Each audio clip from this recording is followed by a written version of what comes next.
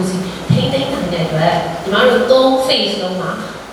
မာရွေးနေတာအနည်းဆုံးစီးသွားနေညီမတို့တည်ငြိမ်နေသူတို့ဘက်ကစလို့လှုပ်တယ်မျှော်လင့်တယ်ပေါ့နော်ဆိုတော့ညီမအနေနဲ့ပြန်ဝဲအချိန်မှာညီမရဲ့အားစားသမားတွေကိုညီမအနေနဲ့ပတ်လည်ပတ်ဖို့နိုင်တယ်သူတို့အနေနဲ့ဖြစ်နေတဲ့အခြေအနေတွေကိုပြောပြတယ်ဆိုတော့အမှတ်ကြီးပေါ့ညီမတို့ထင်သလောက်အင်ဒိုနီးရှားကောင်းတယ်ဝေချမ်းပြောလို့ကောင်းတယ်ဒါပေမဲ့အရင်အကောင်းဆုံးကလူတွေပဲဖြစ်နေဆိုတော့ညီမတို့အနေနဲ့ chance ရှိသေးတယ်လူတွေအဲ့မနေ့မှာလည်းစင်ကာပူကတစ်ခါမှထွက်သွားတယ်ထွက်သွားတဲ့အတွက်ကြောင့်စင်ကာပူမှာတော့ဒေသဘာကြီးကမိုးလေးလုံးပါတော့ဒေသဘာကြီးဆိုတော့အဲ့ချိန်မှာ the search phase ပြီးတဲ့အချိန်မှာမျောလင့်တဲ့ထားထက်အမှတ်တွေကတော့ကောင်းနေတယ်မြန်မာအတွက်ပေါ့နော်ဒီတော့သူတို့ရဲ့ performance တွေက second ဟာမှာဒီလားဆိုရင်ညီမတို့အားလုံးကတိုင်ပင်ထားတာအလုပ်ခုံပေါ့တက်ကြီးမြင်ရဖိုင်းဆိုတိုက်တဲ့အတွက်သူကတော့ဒီချမ်းတော့တိုက်တယ်မှန်တယ်ဒါပေမဲ့ကြံတဲ့နှာခေါင်းလုပ်ဖို့ကောင်းတယ်ပေါ့အဲဆိုတက်ကြီးမြင်ရကြတော့ cross country မှာအကုန်လုံးဆွဲသွေးသွားမှမြင်ဖြစ်တဲ့အတွက်ဆိုတော့ညီမတို့အဲ့လိုမျိုးစဉ်းစားထားပြီးတော့တန်းခုတဲ့ phase မှာလွတ်နိုင်အောင်ခုံချအဲ့ဒါခုံလိုက်တာလည်းဘာဖြစ်သွားမလဲဆိုတော့ညီမအနေနဲ့မလေးရှားကသူတို့အရင် pressure ဝင်သွားတယ် pressure ဝင်သွားတဲ့အတွက်ညီမတို့အနေနဲ့စိတ်ငြိမ်ငြိမ်နဲ့ထားနိုင်တဲ့ဆိုရင် third phase ကျတယ်သူတို့ကလည်းဖြစ်တယ်ညီမတို့ကဒီဝေးကို CBB ညီမတို့အားစားသမားတွေက6ကြိမ်9ကြိမ် CBB ဒီပိုဒီထဲမှာအခက်အခဲတွေပုံပြီးညီမတို့ထင်မြင်ထားတဲ့အခက်အခဲတွေတစ်ခုမှလည်းမရှိတဲ့ဘူးကြောင့်ကြီးကြီးလို့ဒီရဲခုန်ချတာတော့မရှိတဲ့အတွက်ညီမတို့ strategy ကအရင်အစီအစဉ်ပါပေါ့နော်နောက်ဆုံး phase မှာပေါ့ဒါပေမဲ့ညီမတို့ရဲ့အခက်အခဲတစ်ခုကပါလဲဆိုတော့လုံးဝမှားမရညီမတို့ဒီ3ယောက်ပဲရှိတယ်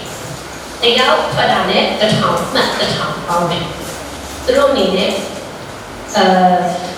ဘယ်လိုခေါ်လဲနောက်ဆုံးဒီ face မှာလည်းလောက်ထားတဲ့ကိုချမ်းပြောတဲ့ EV ဟာလေးတွေအဲ့ဟာပုံမြန်တဲ့အခါဆက်မျိုး technical ဟာလေးရှိတော့ညီမတို့ course work လုပ်တဲ့အချိန်မှာတည်တည်ချာချာနဲ့ညီမတို့တိုင်တိုင်မြင်မြင်နဲ့လုပ်တဲ့အတွက်နောက်ဆုံး face ကိုညီမအမြင်ကတော့အောင်မြင်စွာဆုံးနိုင်တယ်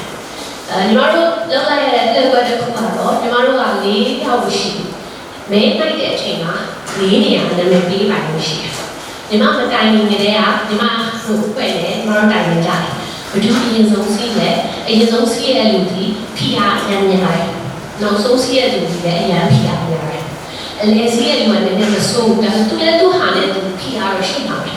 ဆိုတော့အဲ့အချိန်မှာညီမတို့တိုင်နေလိုက်ပြီးတော့တက်ကြီးကအရင်ဆုံးစီးတယ်ဆိုပြီးတော့သဘောတူလိုက်တယ်သူဒီယူမယ်ပြီးတော့ငန်းကုန်နဲ့ဒုတိယဝင်မဲ့တတိယကျတော့ကိုဆုံးမှာစီးမယ်ဆိုလို့ဖြစ်ပါတယ်အဲ့ဟာမှာလည်းညီမတို့ draw အရာဆိုရင်ညီမတို့က1 2 3 4 4ယောက်မရှိတဲ့အတွက်ညီမဒီ2နဲ့3နဲ့4မှာသူတို့3ယောက်နဲ့နာမည်ထည့်ရတယ်ဖြစ်တော့ညီမတို့အရှိဆုံးမှာမရဘူးလွယ်ဖြစ်ကြတဲ့လူတွေရှိမှရတယ်ဆိုတော့ညီမတို့ရဲ့အားစားသမားတွေဒီနေ့အချိန်ကိုရှိတယ်နည်းနည်းပို့ပြီးတော့စိတ်ကိုတည်တည်ငြိမ်ငြိမ်လုပ်နိုင်တယ်ဒါပေမဲ့မှန်တိုင်းပြောရမယ်ဆိုရင်ညီမအရင်ကုန်က3ယောက်ဆုံးဒီတော့စိတ်ကိုတည်တည်ငြိမ်ငြိမ်စီပါတကယ်ဆိုရင်တော်ရုံတရုံကပြောရတယ်သူညီမတွေလည်းပြောတယ်ညီမကိုယ်တိုင်လည်းသူတို့လောက်ဒီပြေစီနိုင်မှာမလို့မသိကြအောင်။ဆိုတော့ every phase မှာအဲ့ဒီပြေစီရတယ်အဲ့ဒါလည်းအရင်ကုန်တယ်။အကောင်းဆုံးပဲကြိုးစားရတဲ့အရင်ကုန်တယ်။အဲ့ဒါလည်းအချက်ပဲthat's it ။နောက်တစ်ခုကကျတော့ညီမတို့ဟို live ပြောပေါ့နော်။ဆရာတေဝင်းနဲ့ဟိုဆရာတေတီတို့ဦးစုံမြင့်နောက်ပြီးကိုကောင်းပေါ့နော်။ညီမတို့ live ပြီးတော့ကိုယ်တိုင်လည်းအားစားသမားတွေဖြစ်နေတယ်ညီမတို့အစင်တွေကိုအတွက်ပြီးလိုက်ပြီးတော့ဟိုကုညီပံပိုးတဲ့အတွက်ညီမတို့ဆိုရင်ဘာလာပြောလဲဆိုညီမရဲ့အဖွဲ့ရဲ့ဟိုထိန်းသိမ်းဆောက်ရှောက်မှုပါပေါ့အကောင်းဆုံးပေါ့သူ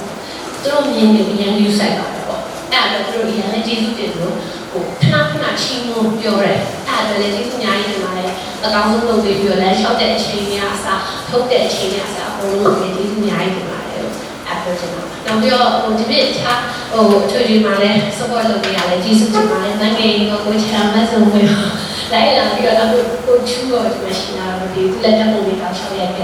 ဟိုကိုယ်လည်းပြောရတာအကုန်လုံး teamwork အနေနဲ့လုပ်လိုက်လို့လည်းအောင်မြင်တယ်လို့ပဲမှန်းလို့ရှိပါတယ်ဆိုတော့ကျေးဇူးလည်းအများကြီးတင်ပါတယ်နောက်တစ်ပွဲကကျတော့ Princess Cup ပေါ့နော် Princess Cup မှာကျတော့ညီမတို့ရတဲ့နေကိုမနက်9နာရီဝက်နေနေစီးမယ်ဒီညနေကို9နာရီဝက်တန်းကုန်တန်းကုန်တဲ့ဟာမှာအချောင်းအောက်ဆို6တန်းနဲ့ခေါ်ရမယ်တက်ချီတန်းကျိုးတော့ခေါ်သူတို့စီမင်းစင်းတန်းတိုင်းညီမတို့ခုံခဲ့ပါတယ်အဲ့ဒီနေရာကိုကိုယ်လည်းပြောရင်ညီမတို့ဒီနေ့အားနေတယ်ပေါ့နော်ဆိုတော့မြို့အောင် ရမ်းမခုံနိုင်ကြဘူးနည်းနည်းတိုက်ကြတာများတယ်အခုရောဒါပေမဲ့ညီမတို့အတွက်ကောင်းတာကြောင့်ညီမမြင်နေတဲ့သူတွေသူစီးတဲ့ဘုံသွားတဲ့ဘုံကမြင်တယ်ပြပြခုံတယ်မြင်မြင်ခုံတယ်အကျင့်ရှိတယ်ဆိုတော့ညီမတို့ရဲ့အားကစားသမားတစ်ယောက်ဆုံးရတယ်အဲ့ချိန်မှာဒီဟောင်းပိုင်ပိုင်နဲ့စီးနိုင်တယ်စီးနိုင်တဲ့အတွက်ညီမတို့သူများတွေရင်းနေဆွဲပြေးပြီးတော့ပတ်ပြီးတော့ပတ်ချလေးဖြစ်နေချိန်မှာကိုယ့်ရဲ့အားကစားသမားတစ်ယောက်ဆုံးကအင်ဂျင်နဲ့နေနိုင်တယ်ဒါတခုပဲအခက်အခဲဖြစ်တာကြောင့်မြင်းတွေကခုံတာပြားတယ်ပြားတော့တမ်းမကြီးတွေနဲ့တိုက်တယ်တမ်းမကြီးကိုတိုက်တယ်ဆိုတော့အပြင်မှာလည်းတိုက်တဲ့အတွက်ထဲထဲမှာရောက်နေလေနင်းရှင်းတော့တရားတော့တိုက်တယ်လို့ပြောနေထားတယ် so first round ပြီးတဲ့အချိန်မှာညီမတို့ first မှာ tie ဖြစ်နေတော့ကျွန်တော်ရဲ့ strategy ကဒုတိယ round ကိုလွတ်အောင်လုပ်တယ်အဲ့ချိန်မှာကောင်းကောင်းလေးမြင်တယ်ကျော်ကနာမြင်မှာကောင်းကောင်းမြင်နည်းနည်းလေးပို့ကောင်းတယ်ဒါပေမဲ့သူကကြောင့်စိတ်နည်းနည်းနားတဲ့အတွက်တန်းကိုတည်ပြီးနည်းနည်းပြန်လာတော့ challenge ဆိုပြီးတော့နှစ်ယောက်ဆိုတော့ဒုတိယ round မှာလည်းတိုက်သွားပါတယ်တိုက်သွားတဲ့အချိန်မှာညီမတို့ဒုတိယရဖြစ်သွားတယ်ပေါ့နော်